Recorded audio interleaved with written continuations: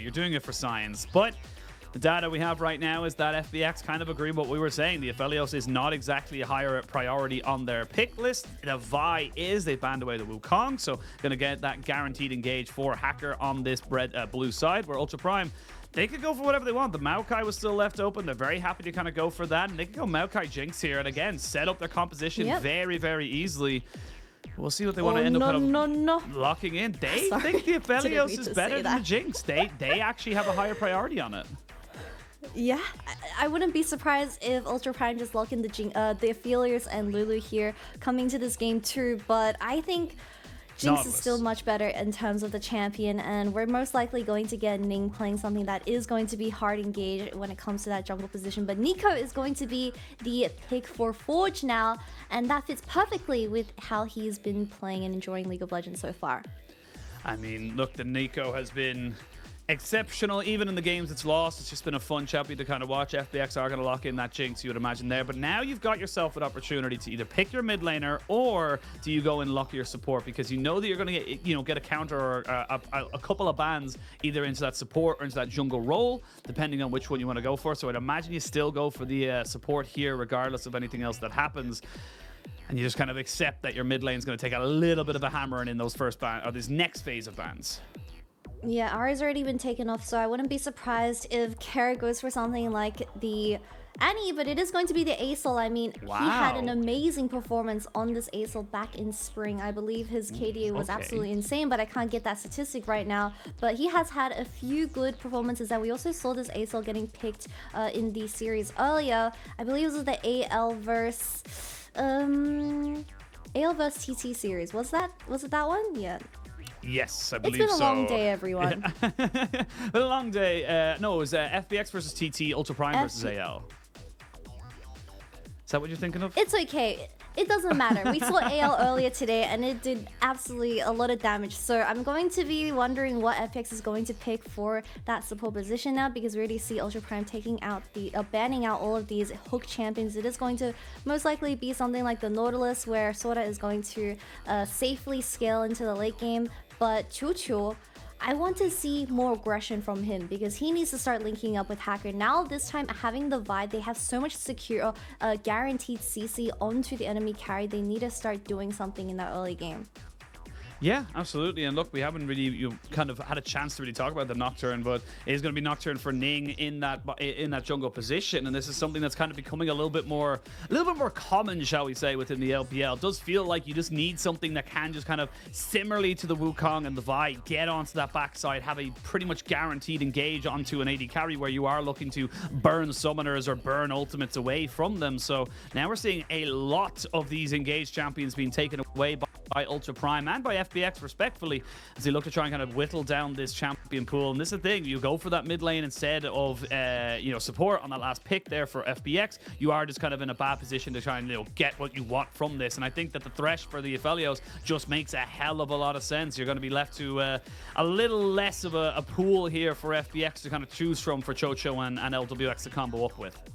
Yeah, and either Thresh or Braum, I think both work fine. Something like the Braum can pair alongside extremely well with this Nocturne, looking for those skirmishes and, of course, playing of your passive. But I still think top lane is going to be a big question mark for Hery, since I do want to see him playing something that does have a little bit more damage when it comes to these team fights. You already have a lot of great setup from the Nico and, of course, the Nocturne when it comes to these mid-game skirmishes. So if Hery locks in something like the...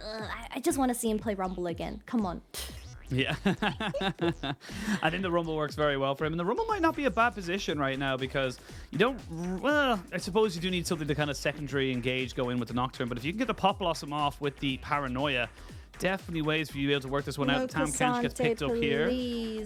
The Gragas could just be as good as well. It might mean that we'll see how kind of versatile this draft or these players are on this draft. But the Cassante, unfortunately, despite your protest, Kitty, shall be going into the hands of Hery. Needs something that can go toe-to-toe. And it means, look, I'm going to be honest with you, we're not going to look top lane for at least the entirety of the game until the AD carries decide the bot lane's done and they go up top. That's what's going to happen. Yeah. People complain about, oh, it's Jinx Aphelios again for like the 10th billion time, but why is no one talking about that we've seen Cassante versus Sion for and for half a year now, and these two champions are still just remaining the same. At least in bottom lane, we've had a bit of a switch up in terms of the support pool, where we have a new champion called Millie replacing the Yuumi permaban slot, but still very standard for both of these teams. Of course, the Ace in the mid lane for the side of Ultra Prime is not for the side of FPX is going to become the big question mark, as Ace, you need a lot of time to scale up and start doing that damage when it comes to these major objective fights. While on the other hand, we have Ultra Prime playing this Nico and easily forcing a lot of these objective fights for them as well. Yeah, I mean, look, both teams kind of happy to go for it. Definitely a protected Jinx composition with the Vi moving in, with the Sion to kind of be front line, the Tam Kench to sit in the back pocket and make sure that she does not die. But hell of a lot being thrown at her, and a good bit of disengage available for Ultra Prime. We'll see if FPX can bounce back in this series, if Ultra Prime will be getting their season off to the most perfect of starts and bring themselves to a 2-0. And a 2-0 in the days, so plenty on the line here for both these teams. They look to try and improve off of a pretty disappointing spring and make it a much better summer.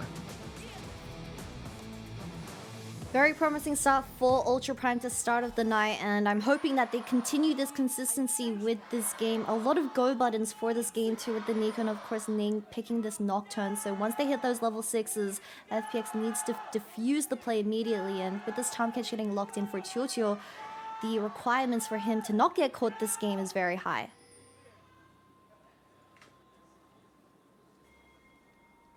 Wait and see as we both jump onto the Rift. It looks like it is going to be a little bit of a stack here from FPX. This is the thing, you can still be very aggressive with the Sion level 1 if you so choose, but Ultra Prime moving in, getting themselves a little bit of an early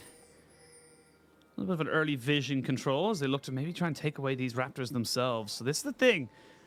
You can start off with a Sion, take away that camp, TP up to that top side. You're denying something from Ning as well. So plenty of options available for both these teams. We can see now they're just forcing the way here on FPX, and they're going to take both Raptor camps. Yeah, and QuiQiu is still around this buff. So we have a lane swap coming out of FPX actually for this level 1. Wow, you're and right, it is going to bully Hery for the first 3 waves. I mean, I like that Ultra Prime is already reacting so adamantly and saying, right, Doggo, you're on your own. You're going to be picking up the CS. I don't know how he misses a CS when there's literally no pressure in the lane, but maybe there's pressure in his heart, in his head. But there's going to be SwordArt moving up here now as Chocho tries to defend his jungler. And this is the thing, very, very curious start here from FPX. This is what we were talking about before we came into this game. Sometimes you got to throw a curveball. Sometimes you got to be a little bit more aggressive, because they could have maybe gone for an aggressive push in this top side. And I like that SwordArt reacted promptly and said, no, not going to be able to get this dive off. You're not going to be able to kind of have your way with this. And they're going to try and contest them on the Krugs. And while all of this is happening, Xioalaohu actually got the Raptor camp from his own side and now is laning up against the Aphelios. But I think overall, the Aphelios getting solo XP in that bottom lane is a net positive for the side of Ultra Prime, because this guy is going to be uncontested for all of these waves, and that is going to be a very big problem for the side of FPX.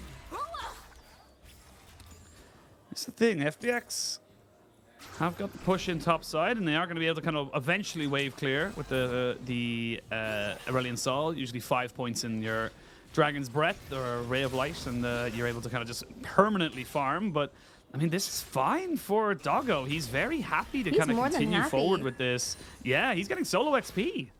Exactly, and I don't know how long ago this was, but I believe lane swapping was definitely the standard coming into all these competitive games. But Ning is looking for a dive. I mean, they're looking to try and take him out. They're going to tank up a little bit. Doggo! He does end up getting executed, so won't give up any gold, but that's XP over to Xioalaohu for it as well. Xioalaohu does manage to pick up that final wave, but Doggo dying to the tower doesn't mean too much. But SwordArt, your man is still level 1 at 4 minutes, and it really does seem like he is going to be extremely far behind. And this Braum, I mean, if you are going to be this far behind this early in the game, I don't know how you're going to be able to protect your ADC from a jungler. But we'll have to see the replay of how this happened, because I'm pretty sure Doggo could have just dropped the aggro after the second hit, but he was really confident in thinking that wasn't going to be a problem.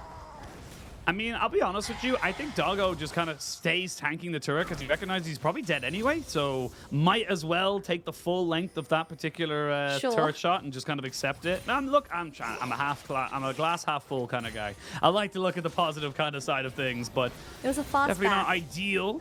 Yeah, true. Exactly. Get the fast back. Your respawn timer is not that big of a deal. And now we can kind of see that Doggo is only a little bit ahead of his counterpart LWX, and as you mentioned, the big XP difference is going to be in that support role. But for the moment, don't know if we can call it a success or not for FPX on that invade. It definitely was unique and different. Whether or not it was a success is a different story. But now they're looking to try and dive on this bot side, recognizing that SwordArt's not level 3. It would be very, very hard for him to stay alive. But with the Gravitum and Infernum, very, very risky to go for this kind of a dive, especially when you don't have a real hard engaged support like a Nautilus or something to back you up.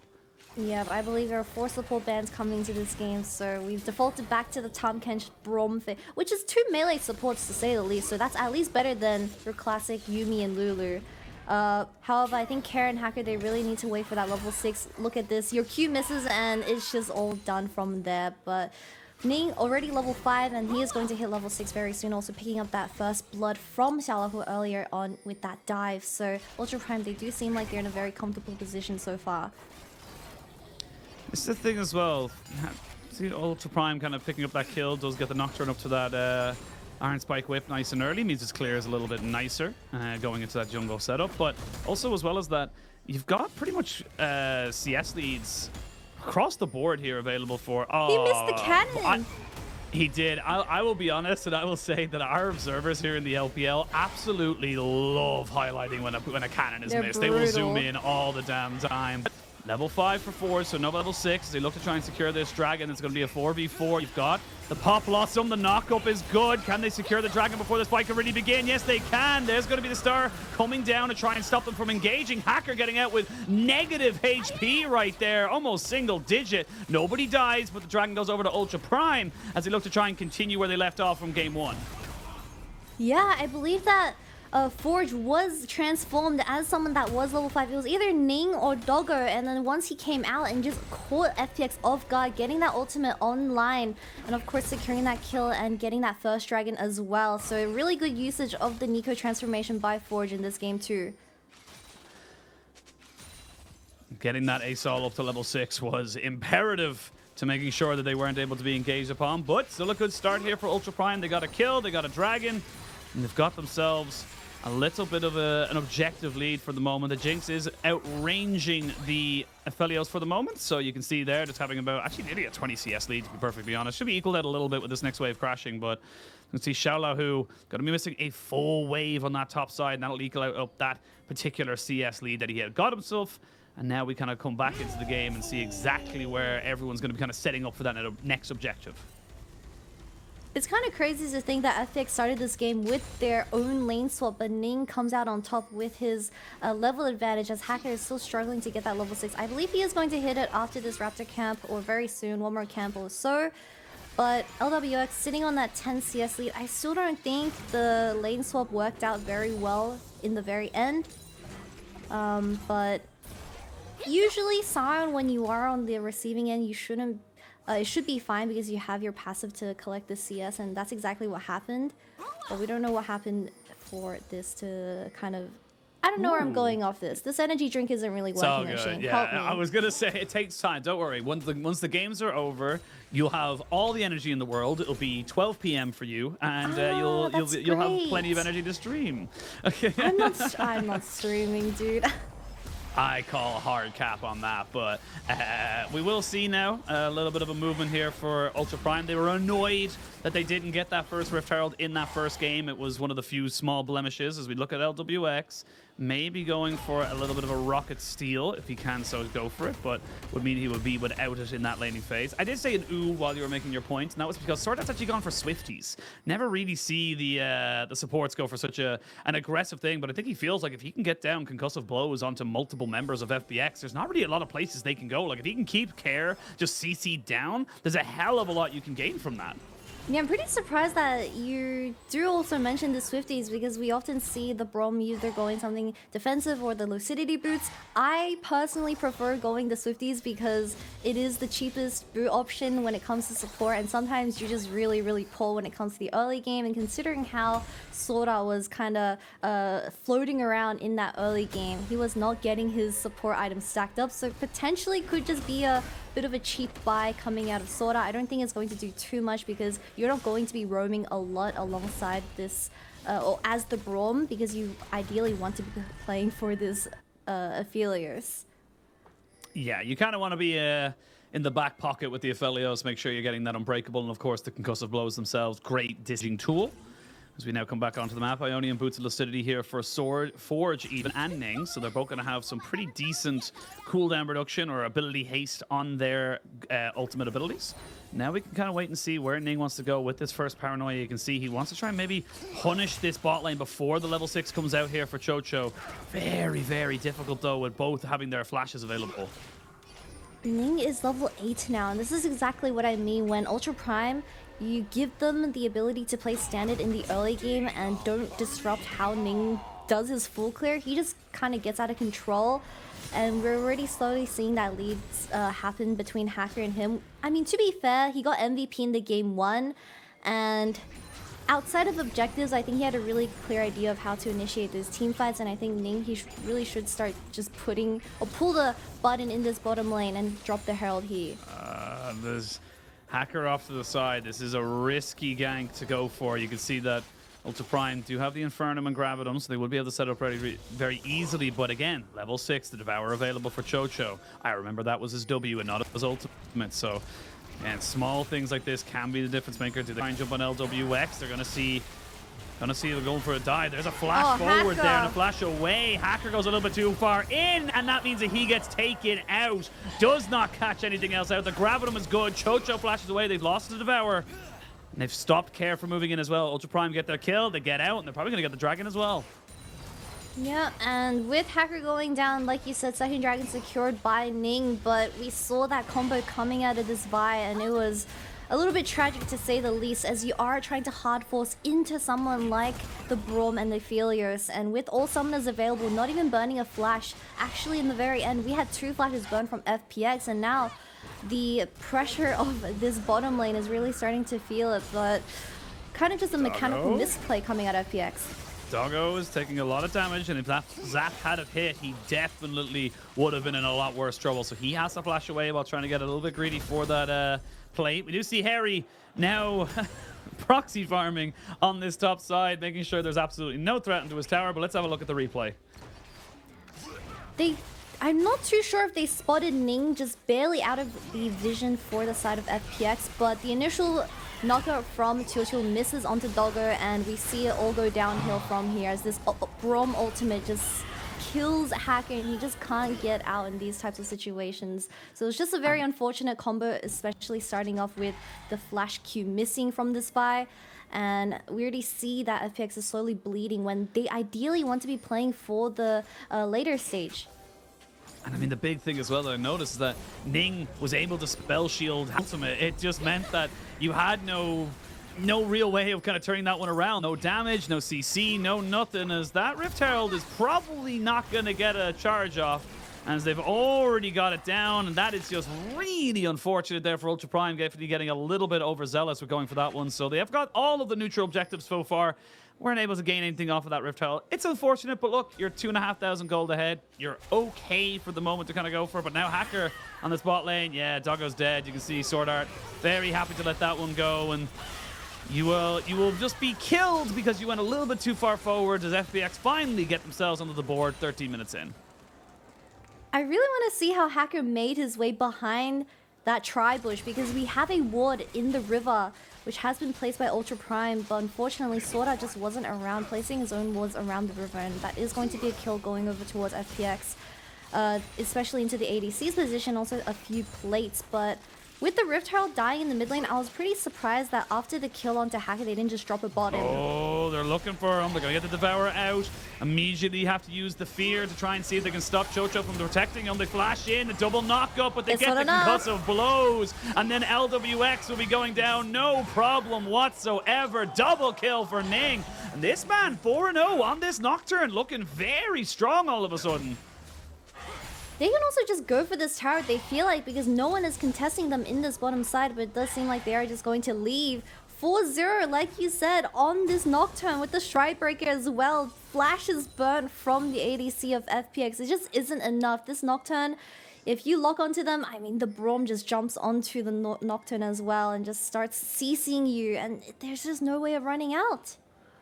I mean, the finals MVP from 2018 Worlds. You can't say that Ning doesn't have a couple of moves in his back pocket. 4-0, all 4 of the kills going on to him makes it a very scary prospect. And holding up, control over these objectives is exactly what Ultra Prime wanted to do. They want to try and get this early advantage as far ahead as they possibly can. And with an Infernal Rift as well, that shouldn't be too hard to do. Even has his Paranoia up in a couple of seconds. And you already see Forge being in an isolated matchup in that bottom lane where he's just going to get this tower for free. Something that FPX tends to do is rotate 5 people towards Rift Heralds. They've already been doing it since spring, but they are continuously doing it for this summer. But you need to have effective Rift Heralds if you want to pick up that. We already saw the 2 last ones flopping, where it didn't really result into any macro play or at least towers going down or even plates at the very end, as it is 15 minutes. Oh, wow. But I think from this particular play, FPX's bottom lane just didn't expect them to get instantly one-shot, as you did have the flash and summoners available onto this Jinx, but like we keep saying, this Nocturne sticking onto you with the Braum, it is impossible to escape. I mean, that's the big combination. The Braum having the concussive blows, the constant slows, it just makes it so difficult to that once you're caught on. And even the Stride Breaker as well from Ning, that extra little bit of kind of, slowing someone down like the Jinx just does so much for you and your team. It's going to be a very difficult game for LWX to kind of make for it. He has got the most gold in the game, so he is definitely not a poor man, but it's a lot of pressure here onto LWX as you kind of see the rest of Ultra Prime kind of very much beating everybody on their opposite side. And I feel like the problem with this ASOL pick is that the champion doesn't really do too much damage until you hit those 3 item stages, and for now it's all eyes onto LWX and really see how potent closing the lights is from Ning. So these teamfights are going to be very straightforward for Ultra Prime to commit to, and it's going to be all up to QuiQiu to save him.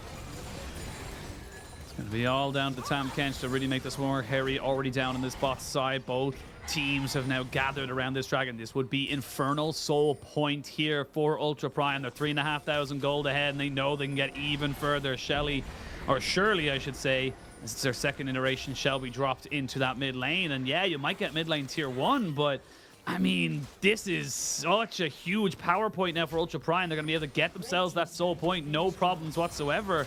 And do they want to go for the fight afterwards? That's the question, because they've got plenty of engage available to them. Not quite able to get, back into the mid lane for the moment. Shirley will get her second charge off, meaning that mid lane turret down to about a third of its HP, and everyone backs themselves away. You can see that Ultra Prime thought about it, but with plenty of summoners and ultimates available, they didn't want to overcommit. Although FPX was able to open up the map by getting that tier 1 in the mid lane, I think giving over soul point towards Ultra Prime, where they're just going to pressure you even more 4 minutes later on into the game. But something else I wanted to highlight, or at least ask you, is why is it Shirley instead of don't ask me. You can ask Atlas and the LCK crew. They have named, it's Shelly and Shirley. They have named the Rift Heralds, and you know what? I haven't come up with a better name myself, so I'm just gonna use theirs. Look, they didn't win MSI. We got to give them something, Sorry, I like to have a little jab every now and again. Oh, okay, I see. So the first Rift Herald is called Shelly, and the second one is called Shirley. Yes, They're I sisters. believe so. Yes, you know what? I don't know the full lore, but if that's not the lore, they are now the lore. That is the lore of the Rift Heralds. The sisters getting in to do their favorite thing in the world and head bop the turrets. Yeah, and FPX is really lucky that they were able to get a second bop onto that tier 2 tower in the mid lane, because I think Ultra Prime, they were a little bit slow with how they wanted to play that. I think someone realistically could have rotated mid and stopped it from there, but they were committing 5 people to that because they really wanted to secure this Inferno Dragon, which, to be fair, is a great choice, because Inferno Dragon, I feel like patch 13.10, the biggest change to me is that the damage items are so overtuned. Yes. Yes, it does feel like the damage items that you're able to get specifically onto the AD carry. You're thinking of Stormrazor and the burst you're able to get with that on a single auto attack. Add an Infernal Soul onto it just makes it so scary to try and walk up onto this one here. But Nessie Care in a bit of a precarious position. He should be fine. He's now level 12, so plenty of points. 5 points in his queue, so he's already kind of smashing through these minion waves as best he possibly can. 2.5 minutes until the Dragon Soul spawns, but it's 30 seconds until the Baron. And now Ultra Prime thinking about where they want to try and bring the rest of this game. And again, for FPX, indecision is a decision in itself. Where do you want to see them make a move? They need to do something, because they just feel like they're just not comfortable trying to execute on these compositions. Yeah, while we're having our Shirley talk, it's already been 2 minutes, and this Inferno Soul is spawning very soon. And with all the vision being planted already down by Ultra Prime, I mean, currently it's all towards that top side, as Baron is going to be spawning in 5 seconds, which realistically they can rush if they do get a pick from this Nocturne ultimate. I do want to see Ning hovering more towards the side lanes, where Care has been just by himself in this top lane the entire time. Ideally, you don't want to go for mid lane because QuiQiu exists unless you get a sneaky pick onto this Tahm Kench, which is probably unlikely. So Ning, I think with this lead, he should start forcing some fights on the side. He's got to go for something. He is waiting for his, I believe, Black Cleaver to be finished up before he really goes for something. But Gale Force and Stormrazor finish up for Doggo, as he has really just been farming up the Storm. And he's more so LWX has as well. LWX got himself about a 15 or so CS lead and a kill, so he's definitely not a million miles away from finishing up his Gale Force either. Gale Force Kraken means that he will be smashing through these health bars a lot quicker than people realize. And there's the Black Cleaver finished up for Ning. So, minute till Dragon spawns. Ultra Prime on Soul Point have themselves a bit of a gold lead. And now we get to see where these two teams want to prioritize. I got very confused and scared there for a second as there were Nocturnes on my mini-map and I didn't know which one was Ning. Honestly, if I'm in the position of FPX, I would just let Ultra Prime get this Dragon Soul and rush the Baron. Do a T1 Baron at 20 minutes, because this game is slowly running. You're slowly running out of options. The IE is going to come online for LWX, but you are in such an awkward situation where you can't really force anything. But Hacker is very silent game 2, to say the least. Yeah, interesting to see the IE being picked up here. Second for LWX means that if he does get caught and the Devourer gets used, he's not going to have many other escape tools outside of his flash. All summoners available. Xioalaohu TP'd in towards that mid lane to be here. This is Soul Point for Ultra Prime. You need to get this away from them, FPX. Otherwise, this game gets a hell of a lot harder. Jump themselves back into this one here, and we'll see what Forge can do. With the flash available to him and the Proto Belt, he's going to be a very scary prospect to get onto that backside. Dragon started. We do have the vision getting cleared out by Care as well, so there's not going to be any flanks so far, but it does seem like Ultra Prime is going to commit to this Dragon Forge. The Pop Blossom was caught out by the Decimating Smash. They're going to turn off the lights and see if they can maybe get onto this backside. There's going to be the star coming down as the skies descend. Hacker is dead. The Dragon's still doing damage, but look at Doggo. He's untouched, and the Doggo! Inferno rages on the backside of this fight. Nobody will be able to survive as Doggo finally gets himself the perfect ultimate. Only Cho to get himself out there just barely, but that's Infernal Soul, that's the team fight, and probably the Baron as well.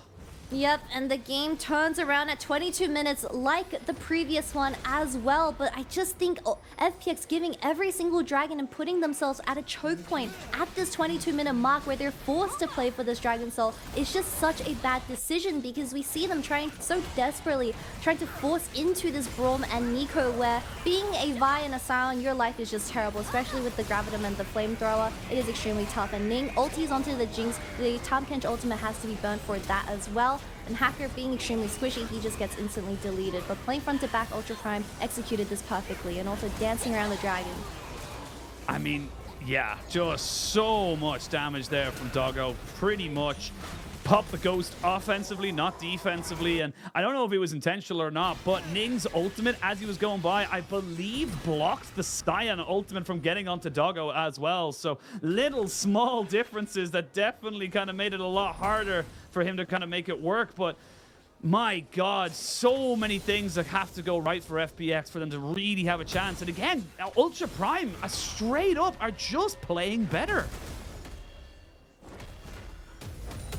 Yeah, and I feel like just the objective difference coming out of the two junglers, where even in the previous one, the dragons were all for Ultra Prime, and now with this Inferno Soul and obviously the Baron, they're going to start forcing a lot of these side lanes. And I don't know how FPX is going to deal with this, because you already see SwordArt placing down the vision, where it's going to be extremely tough trying to fight a 5v5, but this Jinx just needs one pick and one person to overcommit. Maybe Ning accidentally presses his ultimate button and commits. Yeah, I mean, again, There's for FPX, there you are 4 left to go. stopwatches. Actually, never mind. I don't know. I was going to say 4 stopwatches and a Cassante, so I don't know who you're killing. As we wait to see now, the Baron has been picked up. You still have a minute 30 on that particular objective, but you can see just bit by bit, the extra damage being put out makes it difficult. I will say you still have a Jinx and a Running Assault, so your wave clear is pretty substantial on the side of FPX, but not substantial enough for you to kind of commit to confirm yourself on this top wave. That means that the tier 2 does get taken down. The game's not over for FPX, but it does feel like every small thing that can go right for Ultra Prime has. Now Hery just tanking up the tower because he knows he's just no real threat onto him without... Yeah, ultimate. I mean, they have to use the Devour onto Xioalaohu, and that means that Jojo can't escape. The Infernal Moonlight Vigil just does so much off the back of it. They're going to try and get on top of the Jinx, so there's nothing they can really do off the side. Now Hacker in a hell of a lot of trouble, and he's dead as well. Flash away by Care. FPX just stepping one step too far forward, and they lose everything. They could lose the game again. I think this is it, Oisin. I think the game ends at 26 minutes as we have people just getting caught left, right, and center, protecting a tier 2 mid tower for this game, but it wasn't necessary. You have to play within your own base, as it's so easy for Ultra Prime to just engage onto you. But here's the biggest problem with FPX's composition. It is this ASOL. It has been so silent for this entire game, which makes sense because you need items to come online and also your ultimate to become that powerful team fighter. But if the game gets if you give the enemy team a soul at 22 minutes, then are you really playing the game slowly for this ASOL to scale alongside the Jinx? Yeah, it won't be the game just yet, but look, this is literally just Xioalaohu who just walks up and goes, oh no, I'm a Scion. It's like, yeah, no, but we're really, really fed. So 2-3 auto attacks, and he's down to a 3rd HP. Yeah, I'm not too sure about protecting that tier 2 tower, and we also see Jojo burning that Devour to save Xioalaohu, where to the point where this Jinx is on the side, and he just gets instantly ulted by the Nocturne. So pieces are falling apart for FPX, and they're struggling to get anything done on the map.